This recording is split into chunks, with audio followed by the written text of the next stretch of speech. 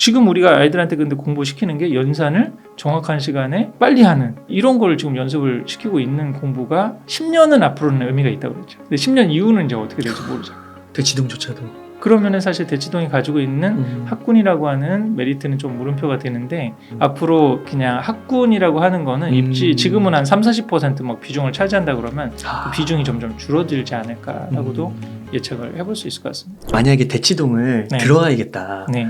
이제 그 아닌 대안도 뒤에서 제시해 주실 것 같긴 한데 네. 먼저 한번 대치동을 들어가기로 이렇게 딱 마음을 먹었습니다. 네. 그러면 아까 말씀하신 대로 거기도 이제 초등학교 한 5, 6년 네. 그쯤에는 결정을 해야 된다고 보시는 거예요.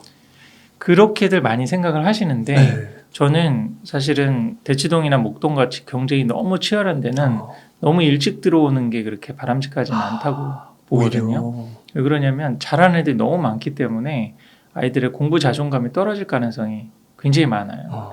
그리고 내가 어느 학원을 다니느냐, 그 학원에서 레벨, 무슨 반에 다니냐 이런 게 다 사실 공유되고 그러면 너무 그런 부분에서의 어떤 쓸데없는 스트레스라고 그럴까요?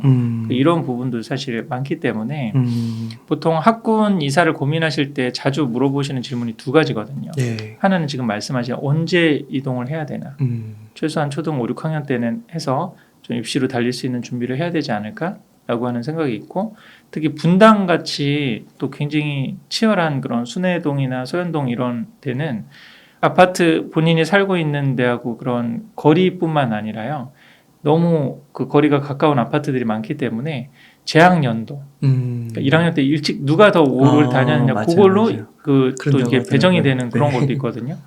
그런 거가 있는 지역은 더 일찍 들어가, 유초등 때라도 들어가야 되지 않나 이런 생각을 하고 있는데, 언제에 대한 고민에 대한 좀 정답처럼 제가 드리는 거는 아이가 준비되었을 때라고 말씀드리거든요. 애가 준비되는지 안 되는지 어떻게 아느냐, 그거는 공부머리 테스트라고 하는 좀 그런 아이의 좀 실력이라든지 그걸 알아볼 수 있는 그런 테스트 방법이 있는데, 뭐 가장 간단히 말씀드리면 내가 가려고 하는 중학교, 가려고 하는 고등학교에 내신 그 기출문제를 족보닷컴 같은 데서 다운받아 볼 수 있거든요. 그걸 갖고 한번 미리 풀어보는 거예요. 네. 하나는 시간을 정해서 풀어보고, 하나는 좀 쉬었다가 시간 제한 없이 그 다음에 모든 뭐 자료 같은 걸 찾아보고 오픈북으로 한번 봐보는 거예요. 그럼 시간을 정해서 푼 거는 지금 현재 나의 실력. 그리고 오픈북으로 시간 제한 없이 풀어본 거는 내가 향상 가능한 점수. 네. 그렇게도 한번 볼 수 있잖아요. 와, 너무 제가 구체적인데요. 공부머리 테스트라고 하는 건데, 애매하게 그냥 갈까 말까 그런 고민만 하시지 말고 아이의 어떤 객관적인 상태를 봐야 되니까 그렇게 한번 평가를 해서 내가 가려고 그러는 중학교나 아니면 고등학교에 최소한 그 절대평가 기준으로 해서 B 이상, B. 80점 이상은 나오는 지역에 사실 있는 게 입시적으로나 아이의 공부 자존감에서 굉장히 좋거든요. 그럼 B면은 한 몇 프로 정도 되는 건가요? 보통은 이제 요즘 이제 절대평가, 중학교는 절대평가 80점 이상, 그냥 100점 만점에서 80점 이상이고 상대평가는 이제 뭐 2등급이 11% 뭐 그렇게 있지 않습니까? 근데 지금 이제 한 뭐 80점 이상대 그 정도 점수가 나온다라고 생각하면은 여기서 어느 정도 해볼 수 있다. 왜 그러냐면 대치동이나 목동에서도 지금 상대평가 내신 기준으로 해서 5, 6등급으로 밀리면 비학군지에서 오히려 내신 1등급을 받고 수능 최저를 맞춰서 갈 수 있는 대학보다 훨씬 더 사실은 기대에 못 미치는 입시 결과도 나올 수가 있거든요. 그 5등급이면 한 50% 되는 건가요? 그러니까 중간 정도. 중간 정도. 밀리면 안 돼요, 중간 정도를. 근데 지금 대치동이나 목동 같은 지역에서 밀리는 애들 많을 것 같은데. 5등급 밑으로 받는 경우들이 상당히 이제 많고, 그러니까 대치동이나 목동 같은데 이제 전국 100위권 고등학교 같은 데는요, 선호되는 그런 강남급 일반고라고 하는 이제 그런 데서는 재수 비율이 거의 45에서 50%. 그럴 것 같아요. 네. 그 안에서 내신 경쟁이 너무 치열하기 때문에 수시로 들어가기는 조금 대학이 힘들어지는 경우도 상당히 많죠. 그리고 이제 재수 삼수를 해서 입시 결과가 나오는 건데 그게 다 뭉쳐서 나오니까 그래도 뭐 우리 이 정도 학교 가면 한 350명 중에 중간 정도로 하면은 인서울 되지 않나 이런 착각을 사실 주는 거죠. 실제로는 그 중복이나 아니면 재수 삼수 결국 입시 결과들이 같이 합쳐진 것들인데, 그래서 언제 들어갈까라고 하는 시점은 표준화된 어떤 때 딱 들어가야 된다라고 하는 이제 그런 생각을 가지시기보다 아이가 준비가 되었을 때. 그래서 가장 좀 좋은 거는 뭐 예를 들어서 뭐 무협 소설 같은데 도장 깨기라고 그런다고 그러잖아요. 우리 있는 지역에서 저는 좀 교육적으로는 1등 경험을 굉장히 강조하거든요. 내가 있는 지역에서 반에서라도 좀 하면 어. 1등을 해보든지 2등을 해보든지 그렇게 하고 그런 상황에서 이제 뭐 선생님들이나 뭐 학원 선생님들이 얘는 여기 있을 애가 아니라고 좀 더 야. 경쟁이 좀 센 데 가서 자극을 받으면서 하면 더 열심히 할 것 같은데 그런 얘기가 들려올 때 사실 옮기셔도 괜찮거든요. 근데 그런 얘기가 들려오지 않는데 미리 불안하고 여기 있으면 안 될 것 같고 막 이런 마음에서 무리를 해서 사실 옮기게 되면 뭐 교육적으로나 경제적으로나 가게에 굉장히 부담이 되실 수 있죠. 그래서 이제 언제 옮길까라고 하는 거에 대한 좀 정답은 아이가 준비가 됐을 때. 또 이제 어디로 옮길까라고 하는 게 또 하나의 중요한 질문이거든요. 지금 사는 지역이 괜찮은가? 뭐 학군이 별로 좋지 않은데 뭐 그런 고민도 될 수 있는데 책에 다 나오잖아요. 네. 어디로 옮길까의 정답은 사실은 네. 가정 형편에 맞는 그리고 그 가정 형편에 맞는으로 제가 요즘에 이제 방송 같은 데서 아주 구체적인 그런 가이드라인 하나 드리는데 네, 그 지역에 이사 가서 거주 비용과 사교육비를 감당하고도 한 월 200 정도의 금액을 저축할 수 있는가? 야, 너무 구체적인데요. 예. 와. 이게 이제 월급쟁이들 기준으로 회사 생활 하시는 기준으로 해서 그 가이드라인이면 제일 명확할 것 같아요. 200이라고 하는 좀 상징적인 숫자가 100만 원은 아이의 추후 교육비를 위해서. 사실 더 들어갈 수 있으니까. 더 들어가는 건 상당히 많습니다. 애가 뭐 공부를 잘해서 재수 한 번만 하면 의대를 갈 수 있는데 좀 한번 밀어주세요. 재수 비용 한 3, 4천 정도 들 때 이러면 어떡할 거예요? 아니면 처음에는 좀 뭐 공부를 안 하고 마인드가 없었는데 여기 와서 보니까 내가 로스쿨 한번 가서 한번 해볼 수 있는 기회들이 있을 것 같아요. 한번 로스쿨 뭐 3년 내가 다닐 수 있는 돈 걱정하지 않고 공부할 수 있도록 한번 밀어주시기로 하실 수 있을까? 이렇게 한다든지 아니면 뭐 여러 가지 추후 교육비, 그러니까 사실 유초등 때보다 제가 그런 칼럼도 하나 썼는데 사교육비를 쓸 때는 유초등이 아니거든요. 중고등 이후는 더 많이 들어가거든요. 사실은 그런 걸 사실 준비하는 차원에서 유초등 때는 실거주 비용을 좀 낮추고 좀 이렇게 적정 좀 학원에서 그 학군에서 좀 머무르면서 100만 원은 아이의 추후 교육비로 또 100만 원은 부모님들의 노후를 준비할 수 있는 종잣돈. 이거 100만 원 갖고 준비는 안 되겠죠. 네. 근데 그게 종잣돈이 모여 있으면 우리 최근에 우리 강의사님 나오셔서 저 그 인상깊게 들었는데 그게 결국은 10년에 한 번씩 기회는 온다는 거 아닙니까?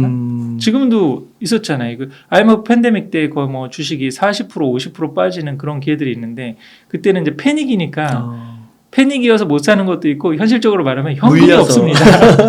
물려 있어서 투자할 돈이 없게 돼요. 맞아요. 근데 그런 거 생각하지 않고 그냥 내가 100만 원 내 추후 노후 자금이라고 생각하고 건드리지 않는 돈으로 그렇게 딱 했을 때 10년에 한 번 부동산이든 주식이든 기회가 왔다. 그럼 그때 한번 사실은 그 금액으로 해보실 수 있는 여유도 생기는 거잖아요. 그렇죠. 10년에 한 번 오는 기회. 네, 1억이 10억 되는 기회. 네, 그렇게 10배로 한번 쓸 수 있는 기회도 전문가들이 이렇게 얘기를 해주시잖아요.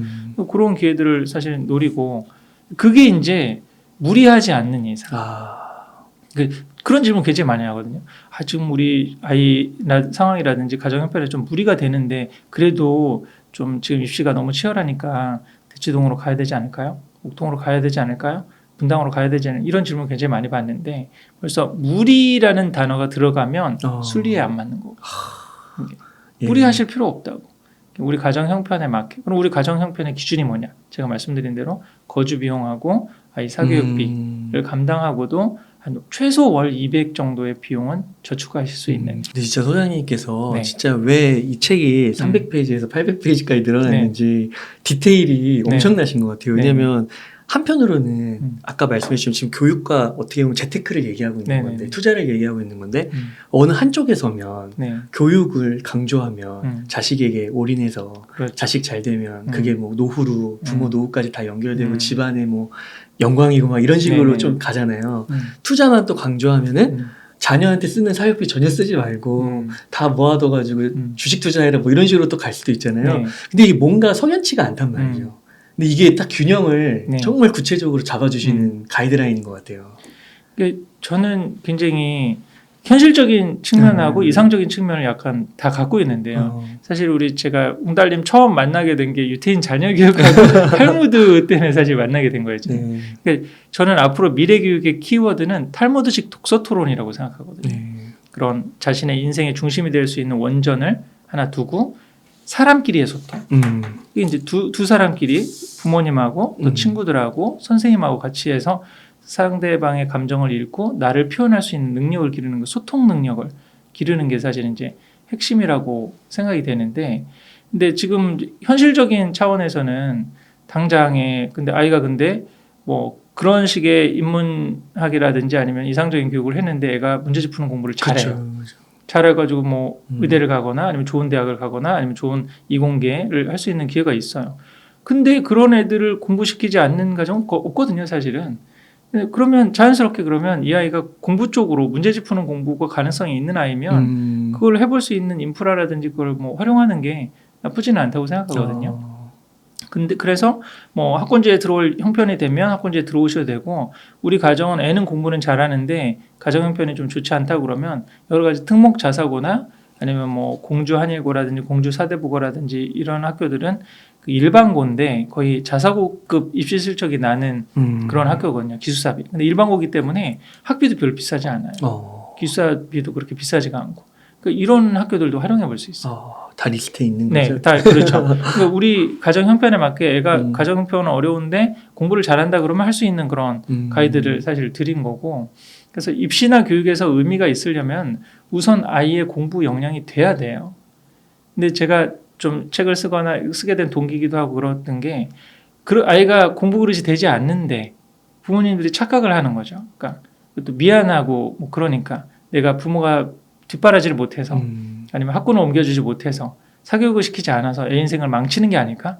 라고 하는 그런 생각들, 그리고 주변에 너무 어렸을 때부터 막 이렇게 달리는 분위기가 있으니까 거기서 이렇게 뒤처지는 게 아닐까? 내가 뭐 못해주는 게 아닐까라고 하는 그런 불안 의식에서 공부 그릇이 안 되는데 그런 아이들한테 쏟아부어서 결국은 입시 성과도 안 나오고 가정의 경제적으로도 굉장히 부담이 되는 이런 가정들이 너무 많기 때문에 좀 그런 부분에서 합리적인 판단을 하셨으면 좋겠다. 그리고 만약에 형편이 안 되는데 무리해서 이사할 형편이 없으면 우리 주변에 있는 제가 이제 추천해드린 여러 가지 가성비가 좋은 학원들, 맞아요. 그런 데들을 적극적으로 활용을 하시면 그런 좀 심리적인 염려를 덜고도 자녀 교육 문제도 해결하고 부모님의 노후도 해결할 수 있는 그런 길들이 열리지 않을까라는 생각이 들었습니다. 네. 그래서 말씀해 주신 게 이제 약간 상징적으로 대치동 같은 곳은 정말 아이가 좀 준비됐을 때 들어가는 게 중요하고, 뭐 이제 일반 뭐 100위권, 200위권 정도 생각을 하면 한 초등학교 5, 6학년 정도 그때부터 준비해서 중학교, 고등학교를 보낼 수 있게 이 정도 큰 테두리 염두에 두면 될까요? 그래서 사실은 저는 유초등 어렸을 때부터 문제집 푸는 공부를 너무 많이 하거나 이렇게 하면 진을 빼놓는다고 생각하거든요. 어차피 우리 웅달님도 공부를 해보고 수능을 보셔서 아시겠지만 공부 쪽이 되는 아이들이라고 그러면 중학교 2학년 때부터 5년을 문제집 푸는 공부를 해야 됩니다. 현실적으로 그렇지 않나요? 엉덩이 붙이고 하루에 3, 4시간 이상은 문제지를 그 순공이라고 그러죠. 순수하게 공부하는 시간. 그게 강의 듣고 그런 게 아니라 그게 받쳐주는 애들이 현실적으로 뭐 의미 있는 대학을 갈 수 있는, 졸업하고 나서 정규직 일자리를 한번 해볼 수 있는 그런 것들을 가질 수 있는 게 입시 현실이잖아요. 그래서 그렇게 입시 경쟁이 있는 아이들은 어차피 사실 그때부터 가야 되기 때문에 좀 유초등 때는 어떻게 보면 자기가 양적 선행보다 질적 몰입이 중요하다 그런 얘기를 많이 하거든요. 자기가 좋아하는 주제에 대해서 좀 깊이 있게 책도 읽고 뭐 그러는 게 좀 돼야 되는데 요즘에는 좀 유초등부터 선행이 너무 많아요. 그게 좀 양적 선행이 너무 많아요. 학원 가는 시간이 많고 막 그러니까 자꾸 진도를 빼고 학원에서도 뭐 결과물을 보여주잖아요. 얘가 지금 어느 정도를 나가고 있다. 뭐 초등학교 5학년인데 지금 6학년 과정을 하고 중학교 과정 들어가고 있습니다. 이런 식의 어떤 결과물들을 보여줘야 되기 때문에 양적 선행은 많아지는데 아이들의 학력이 그만큼 올라가느냐? 그런 것도 아니죠. 그래서 원론적으로는 유초등 때는 문제집 푸는 공부라든지 뭐 인지사회 교육을 많이 시키는 것보다 좀 공부 그릇을 길러주고 또 자기가 좋아하는 주제에 대해서 몰입 독서를 할 수 있는 그런 방향으로 해주고 난 다음에 그 초등 5, 6학년이면 공부머리 테스트를 해볼 수가 있거든요. 그럼 본인이 뭐 미리 중학교 문제를 풀어볼 수도 있고 단원평가 문제 같은 걸 해볼 수 있거든요. 공부머리 테스트를 해보고 또 회복 탄력성이나 다중지능 검사 이런 제 블로그에 하면 그런 걸 알아볼 수 있는 검사 도구들, 무료 검사 도구들이 많이 있거든요. 그런 걸 해서 아이가 입시 쪽으로 가능성이 있겠다라고 싶으면은 이제 그런 뭐 학군을 뭐 바꾼다든지 아니면 사교육을 붙인다든지 그런 게 사실 의미가 있을 수가 있고 입시 쪽이 가능성이 없다라고 생각하는 그런 가정은 그런 문제집 푸는 공부나 사교육이나 아니면 학군에 너무 많은 그런 비용과 시간을 들이기보다 온 가족이 힘을 합쳐서 경제적 자유를 이루시는 게 더 좋지 않을까. 그래서 나중에 아이가 좀 뭐 하고 싶은 게 생겼을 때 예를 들어서 내가 전공을 인문학을 하고 싶어요. 철학을 하고 싶고 그다음에 뭐 예체능인데 이게 뭔가 돈벌이는 안 되는 그런 예체능인데 자기가 굉장히 뭐 연주를 잘해서 콩쿠르를 석권할 정도는 아닌데 그래서 나는 피아노를 한번 해보고 싶어. 그리고 이런 아이들이 있는 상황에서 우리 집안 전체적으로 경제적 자유가 돼 있고 파이프라인이 있어서 그래서 뭐 월 뭐 그 노동을 하지 않더라도 뭐 200-300 정도의 수입이 있는 가정이다. 그러면 돈 걱정하지 말고 뭐 먹고 사는 문제 걱정하지 말고 네가 하고 싶은 거 해. 하면서 행복하게 이런 방향도 있지 않을까요? 그렇죠. 제가 이런 방향을 그래서 굉장히 많이 사실은 2016년부터 얘기를 하면서 그래서 학군 아파트를 사는 거는 투자 차원에서는 괜찮다. 투자에서는. 근데 실거주를 학군에서 할지 안 할지는 우리 아이의 그런 공부 그릇이나 아니면 그런 상황을 파서 냉정하게 판단을 해야 된다. 왜냐하면 학군지에 들어오면 우선 사교육비를 줄인다는 건 불가능해요. 주변에서 다 학원을 다니고 있고 친구들이 다 학원에 있고 뭐 이런 상황에서 내 아이는 5등급, 6등급 되고 안 시키면 그 아무것도 안 하는데 집에서 게임만 애가 하고 있다 이러면은 그렇죠. 그걸 견딜 수 있는 부모님이 있을까? 사실은 그 학군제에 너무 일찍 들어오게 되면 사실 그 수준을 맞출 수밖에 없거든요. 그렇게 이제 우리 가정 형편을 오버페이스 하다 보면은 나중에 입시적인 성과도 불확실해지고 그다음에 뭔가 그 가정의 경제적인 상황에도 굉장히 부담이 되는 상황이 벌어질 수 있는 거죠. 그 소장님께서 그 아파트를 산다고 했을 때 산다면 학군지를 사고 실거주는 분리한다고 하셨습니다. 네네네. 그럼 만약에요 한 25억, 한 30억 있다고 하는 거예요. 그러면 그 사람이 그 예를 들면 반포나 뭐 대치동이나 이런 아파트를 사고 거기서 거주를 할 수도 있잖아요. 네네네. 만약에 소장님이라면 어떤 선택을 하시겠어요? 그래서 제가 지금까지 말씀드렸던 논리로 하면 아이가 공부가 된다. 그럼 실거주 하면서 사고 대치동이나 사서 실거주 하면서 여기에 있는 조금 면학 분위기 좋은 학교 그다음에 뭐 아이 그 공부하는 데 도움이 되는 뭐 필요한 적절한 사교육이 있다면은 좀 받아가면서 그렇게 공부를 해라. 그래서 네가 원하는 대학 갈 수 있도록 그렇게 준비를 해라. 뭐 그렇게 할 수 있을 것 같고요. 근데 아이가 공부 쪽이 아니다. 라고 하면은 사실은 방향 전환을 많이 할 것 같아요. 실거주는 하지 않고 여기가 이제 앞으로 입시적으로는 좋은 데잖아요. 저는 뭐 이게 특정 지역을 좀 말씀드려서 그러는데 학군적인 측면을 생각하면은 대치동은 앞으로 가지는 입지 가치가 한 10년 정도. 그 이유는 이제 물음표일 것 같아요. 아까도 집값이 떨어진다는 건가요? 떨어지는 건 아니고 입지적인 요소 중에 하나 메리트가 없어지는 거죠. 학군이 10년, 20년 후에도 우리가 수능을 볼까요? 인공지능이 다 어느 정도 분석을 해줘서 얘의 진로는 이겁니다. 거의 문제집 푸는 공부를 해도 큰 의미는 없을 것 같습니다. 더 잘하는 이거를 한번 시켜주시는 게 좋지 않을까요? 이런 코치를 받는 시대가 온다 그러면 그러니까 지금도 문제집 푸는 공부가 의미가 없잖아요. 챗GPT 많이 얘기를 하셨지만은 좀 연산을 막 요즘 굉장히 많이 시키는데 계산기 두드리면 되는 거 아닌가요? 그렇죠. 지금 그러면 정해진 시간에 문제를 정확히 푸는 게 뭐가 중요해요? 아이디어가 더 중요하고 그리고 다른 우리 이시안 교수님도 말씀하신 건데 미대에서 요즘 실기를 안 본다. 맞아요. 아이디어가 더 중요하지 그걸 구체적인 테크닉으로 그리는 게 중요하게 아닌 지금 시대가 되고 있는데 지금 우리가 아이들한테 근데 공부시키는 게 연산을 정확한 시간에 빨리 하는 주어진 시간에 빨리 하는 이런 걸 지금 연습을 시키고 있는 공부가 10년은 앞으로는 의미가 있다고 그랬죠. 근데 10년 이후는 이제 어떻게 될지 모르죠. 대치동조차도. 그러면은 사실 대치동이 가지고 있는 학군이라고 하는 메리트는 좀 물음표가 되는데 반포가 가지고 있는 한강 입지적이라고 하는 입지 밑자리 압구정 쪽이나 반포 쪽이 사실은 입지적으로 더 교통이나 아니면 자연한 거 한강은 어떻게 바꿀 수가 없는 거죠. 그렇죠. 근데 대치동은 자연환경이 없잖아요. 공원도 지금 부족한 상황이고 이렇게 되고 뭐 여기 좀 강남에 지금 있지만 만약에 경부고속도로가 지하화된다. 여기가 지금 반포하고 이 서초동이 그리고 다 공원으로 연결된다. 이러면 어떻게 될까요? 어떻게 될까요? 그러니까 이런 부분을 생각해 보면 앞으로 그냥 학군이라고 하는 거는 입시 지금은 한 30-40% 막 비중을 차지한다 그러면 그 비중이 점점 줄어들지 않을까라고도 예측을 해볼 수 있을 것 같습니다.